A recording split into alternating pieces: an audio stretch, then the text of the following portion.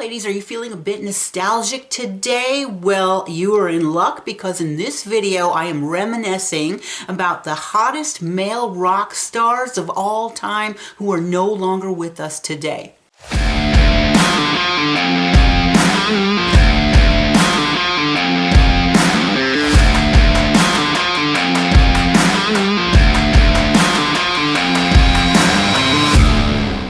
My name is Dawn Dickinson and the channel is Reflections and Insights for Life Over 55. Before we get started, I want you to know that this is just my own personal opinion. These are guys that I find hot. If I have left somebody that's one of your favorites off the list, please put it in the description or the comments below because I may be doing future editions of this video, but this is my own personal opinion. And also, I am a heterosexual female, so you're only going to see male rock stars on this list. So again, if you don't agree, that's fine, but this is my own personal favorite list of the hottest male rock stars of all time.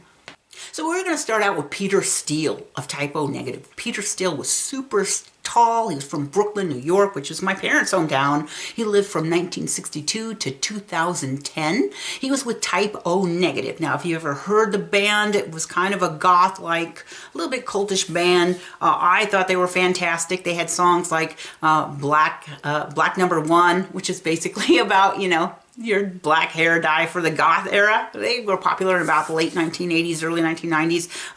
Peter Steele, very tall, Black Number One, Christian woman. He had a very, very deep voice, very goth looking, tall guy with long dark hair. And even when he spoke, his voice was extremely deep. He also did a cover of Summer Breeze. Once a friend of mine was like, oh, I saw this cover of Summer Breeze and I couldn't believe this guy's voice was like, oh, Summer Breeze. It was pretty funny. And it was like, oh, I know exactly what you're talking about. Peter Steele, he is hot. So anyhow, Peter Steele actually posed in an edition of Playgirl back in about 1995. And afterwards, he kind of regretted doing that photo shoot, but I was curious about that when I was doing my research and I tried to find it, because sometimes you find stuff on eBay and look at the price that some of these are going for, several $100s. I mean, some of these guys have it listed for thousands of dollars on eBay. I'm sure it's not going to sell, but again, if you want to pick up one of these editions of Playboy with Peter Steele in the cover, you're going to have to pay for that. Now, Peter Steele died on April 14th, 2010 of sepsis caused by something called diverticulitis. I'm not sure if I pronounced that correctly, but it's basically inflammation of these little pouches that form in the large intestine. It was originally reported that he died of a heart attack, but it really wasn't a heart attack by the time the autopsy came by. So rest in peace, Peter Steele. Again, deep voice, amazing character, very interesting, good to look at. So he comes in at number 10 on my countdown. Now at number 9, I am putting Tom Petty of Tom Petty and the Heartbreakers. Now who doesn't know, remember Tom Petty? He was really cute when he was young. He was pretty decent looking as he was older. He died in 2017, so he lived from 1950 to 2017, passed away at 66 years old, some type of a drug cocktail overdose of painkillers. That was very sad when that happened. I was very depressed to hear that. He was with Tom Petty and the Heartbreakers starting about 1976. He was also part of Traveling Wilburys, another one called Mud Crutch, or sorry, I know I got that wrong, but very much active from the time they started with the Heartbreakers in about 1976. He's from Gainesville, Florida. Now, a couple things that were interesting about him. He was inducted into the Hall of Fame, the Rock and Roll Hall of Fame, in about 2002, and he was so cute when he was younger. I mean, remember him singing "Here Comes My Girl"? It's kind of got that marbly mouth, but like little growly thing going on. Look at him on the cover of like Damn the Torpedoes and some of the early albums. He was just really good looking, but always a nice person from what I heard. Smiling, good guy, nice guy, and was very sad when Tom Petty of Tom Petty and the Heartbreakers passed away in 2017. At number 8, I am putting Ronnie Van Zant. Now, Ronnie Van Zant, lead singer of Lynyrd Skynyrd, died tragically in a plane crash the same year as Elvis. So he lived from 1948 to October 1977. Very unfortunate plane crash. Also, in that same crash, Steve and Cassie Gaines passed away. There were several other band managers, pilots. Some people did survive, but tragic plane crash in, I think, the Everglades in Florida, and I believe Ronnie Van Zant actually went head-on into a tree, died instantly, but again, he was a very charismatic lead singer of Lynyrd Skynyrd.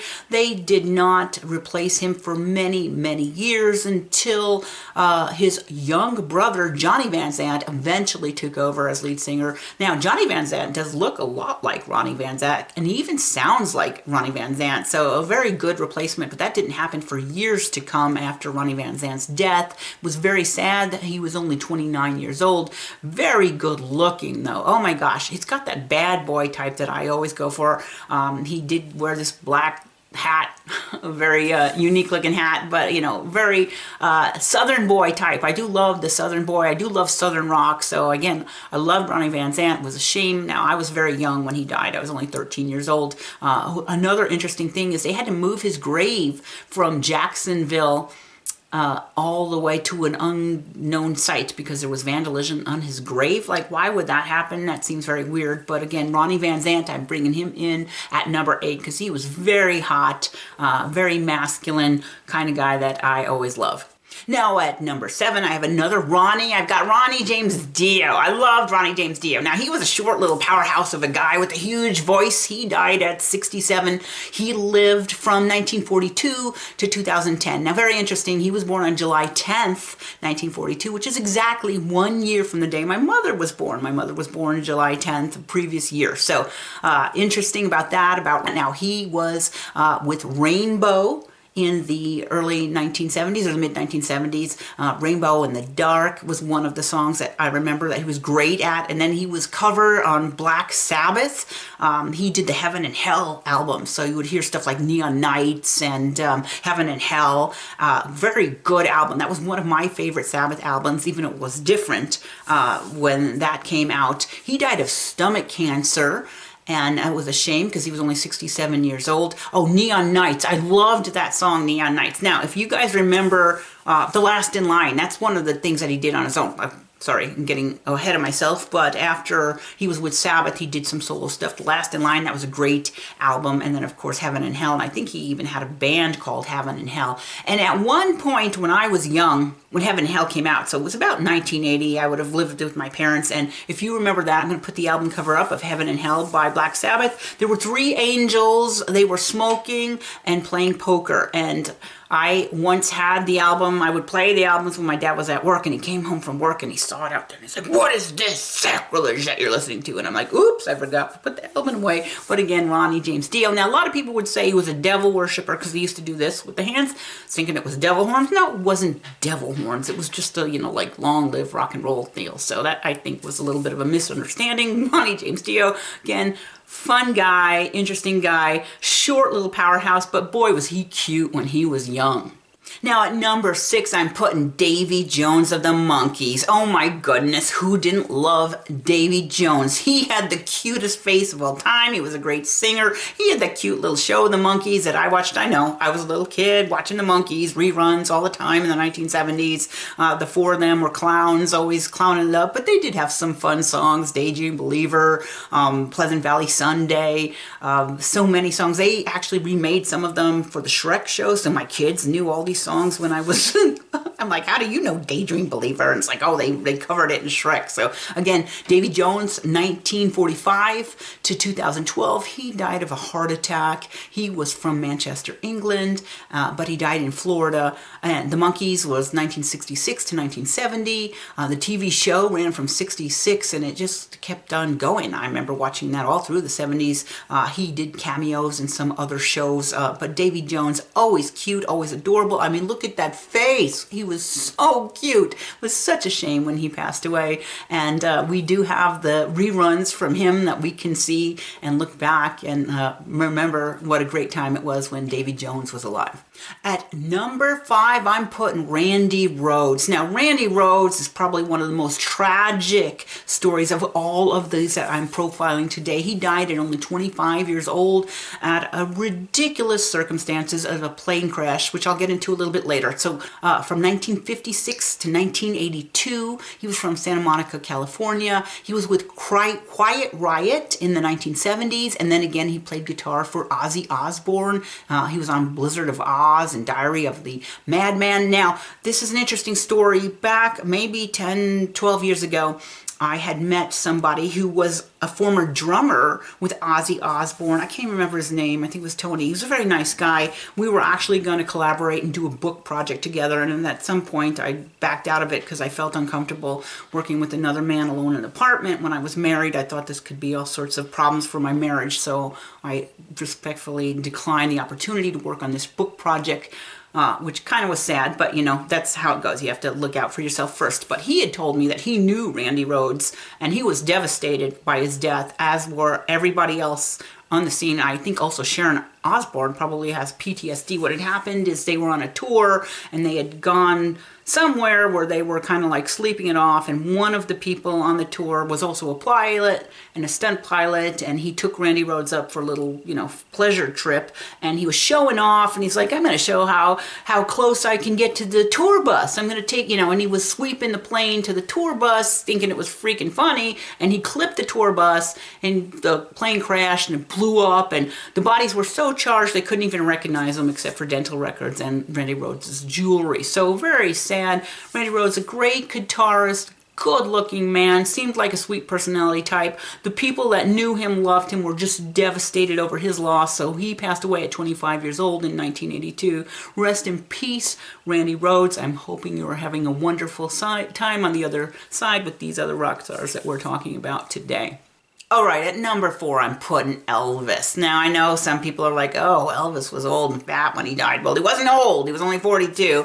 Yeah, he was a little bit fat, but let's go back to when he was younger. How cute he was. In the 1950s, he was just one of these pioneers of rock and roll where he would get up there and shake his body, and he was actually willing to go and serve his country in the draft. I always respected him for that. And I think back in the 1970s, probably my favorite time for Elvis Presley was in the 1973 Aloha from Hawaii concert, and I actually had that on the DVD. I used to play that all the time. Very sad when he died in 1977 of a supposed heart attack, although it was probably a heart attack based on prior prescription drug abuse, which was not heard of in the 1970s. It was going on, doctors prescribing drugs like crazy, but we didn't know at the time that these prescription drugs that were being prescribed by doctors were actually things that could kill us. So common today, but in 1977, not so common. It was terrible when we lost Elvis. I was sad. I actually did a video on Elvis on this channel, if you want to look for that, a couple of years ago on the anniversary of his death. He did movies back between like 1956 and 1968. He did a movie career. Then he was drafted in 1958 to 1960, went to Germany, served in the army. Again, I have a whole lot of respect for our veterans who served for this country. Again, 1973 was Aloha from Hawaii concert. That was just, look at the pictures of him in that. He was just a beautiful man, had a beautiful voice, kind, generous heart, beautiful daughter, beautiful family. A shame that went south. A shame what happened to Lisa Marie also. He toured in Vegas. Actually, my parents had tickets to see him in Vegas the year that he died, and then he died and that was over. Also, in December 1970, he actually showed up at the White House and did a photo op with Richard Nixon. He was trying to do some type of, very ironically, trying to keep young people off of drugs, and he went to the White House to do some kind of a photo op to try to keep young people off drugs, which is what eventually killed him. But again, Elvis Presley, one of the most beautiful men of all time, probably one of the most beautiful voices, king of rock and roll. So I could not keep Elvis Presley, Elvis the King, off of my list of the top 10 hottest male rock stars of all time. At number 2, I'm putting Michael Hutchins of In Excess. Oh my God, this man was beautiful, gorgeous. Not only his looks, I mean, he had an amazing face and those beautiful curly long locks, but the way the guy would move, the way he would look at the camera, especially in some of the older videos like Need You Tonight. So he was with us from 1960 to 1997. I remember clearly when he passed away, everybody was shocked. They found him hanging in a motel room or a hotel room, and unclear whether it was a deliberate suicide. I think it was ruled a suicide, but it was questioned. Was it suicide? Was it some erotica asphyxiation game went wrong? Was it a homicide? I mean, again, very strange circumstances, but we did lose Michael Hutchins in 1997. Now, he was with In Excess from 1977 to 1997 when he passed away. He died in a Sydney hotel room while he was on tour, and again, very sad situation. Beautiful man, very strange because he was engaged to be married. He had a young daughter who was just like 1 year old or so. Very interesting situation that I never could figure out what exactly happened. He had some great music though, like The One Thing was probably my favorite In Excess song, even though that was one of their very early albums. Not Enough Time, Disappear were great songs. Need You Tonight, What You Need. I mean, amazing repertoire of music. The man was extremely talented, had an amazing voice, but beautiful, beautiful man to look at. Again, very sad when we lost Michael Hutchins in 1997. So number 2 on my list is Eddie Van Halen. Oh man, was that guy cute. He lived from 1955 to 2020. He died of cancer at the age of 65. It was such a shame when we lost him. Eddie Van Halen was multi-talented. He was, again, one of the best guitarists in the world of all time. Probably between Eddie Van Halen and Jimmy Page. It kind of goes back and forth which one was the best, but both of them were fantastic, and Eddie Van Halen could play the guitar like no other. He was also good on the keyboards, and he was backup vocalist for the band that was named after him and his brother Van Halen. Eddie Van Halen was born in the Netherlands in Amsterdam in 1955, and the family moved to the United States, to California in 1962. In about 1972, the very early 1970s, Eddie Van Halen and his brother Alex Van Halen joined up with Michael Anthony and David Lee Roth and created Van Halen, which of course no need to say any more than. Van Halen, probably their very first album went viral in, well, they didn't call it that back then, but in 1978. And I remember I was in high school, and I went to a very small high school, Gilbert High School in Arizona. There were probably about 25 parking spaces in the parking lot, and whenever you would be out of class, you'd walk to the parking lot and somebody would be driving through with a radio blaring and their windows wide open, and you would hear that boom, boom, boom that came with Running in the Devil. I mean, you could not walk to the parking lot. You could not walk anywhere without hearing Running with the Devil playing somewhere in the high school in the early or the late 1970s. So fantastic. My favorite shot of Eddie Van Halen, though, was in the video for Jump, which was not the best Van Halen song, but it was a great video because it was mostly live performances, and he was a couple of close-ups with him just playing the guitar. He had the cutest look on his face. He was so good looking. And what I love about rock stars is when they look like they're really having fun when they're out on stage performing. And Eddie Van Halen was always that way. Now, in probably 1981, Eddie Van Halen married Valerie Bertinelli, who I also was a fan of Valerie Bertinelli. And the two of them produced one son, Wolfgang Van Halen, who was also an excellent performer today. But I remember at the time, everybody was so sad. All my girlfriends were like, how could he get married? You know, they were all heartbroken because he had married Valerie Bertinelli. Eventually they got divorced, but apparently they had stayed close together. But Eddie Van Halen, a legend, fantastic guitarist, legendary band, excellent musician, and just beautiful to look at. So it was sorry to see him go. May he also rest in peace. Okay, and that leads me to number 1.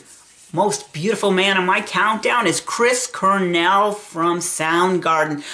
Oh man, again, another tragedy where they found him hanging in a hotel room. He passed away again in 2017. That was a very bad year for rock stars. So Chris Cornell was born only 3 or 4 months after me, 1964 to 2017. He was from Seattle. I think he lived in Detroit for a while also. He was with Soundgarden from about 1984 till the very end. But during that time, he also was with other bands like Audio Slave. He did some great music. He had a very unique voice, very unique, very striking, beautiful looks. He had the long, dark, wavy hair when he was younger, and as he was older, he had a very appropriate for a 50-year-old man, dark, shorter hairstyle. Gorgeous. The way he would look at you, the way he would sing with that feeling, just incredible. I mean, amazing, because he was gorgeous when he was young in his 20s, gorgeous again before he passed away. Very sad when he passed away. I remember in my youth watching the videos that he would do for hours, just like drooling over him, like Black Hole Sun, which is not my favorite, but yet he was so good looking. Burden in My Hand, oh my God, that video I probably watched 100 times a day, just drooling over him, you know. Like a Stone he did when he was with Audio Slave, Outshine, Spoon Man again, that was a huge hit in the 90s, wasn't my favorite, but again, it just gives you the range of the performance that this man could do. Was such a unique, talented rock and roll star, and it was very sad when we lost him in 2017. Now, I always thought the circumstances of his death were suspicious, not saying that it was a homicide, but you know, like, I think there are probably other factors that were in play, but the loss of Chris Cornell in 2017 was very tragic, and we all miss him. So that's it. My name is Dawn Dickinson, the channel Reflections and Insights for Life Over 55. If you enjoyed the video, please do me a favor, give me a thumbs up. Subscribe. I come back every single week with a new video that is hopefully interesting to people in our age group. If you thought of some rock stars that I didn't include on the list and you thought I should have, put them in the comments below, because I am doing other lists of rock stars and countdown of beautiful men in the past. And I may do a video where I talk about men that were super hot and popular but didn't make my list. I'm probably putting one of those together in a couple of weeks from now, so if you can think of somebody that I missed, put that down. Also, if you like Arizona real estate, check out my other channel, Living in Northern Arizona. I hope you have a great week, and I hope to see you back here again next week.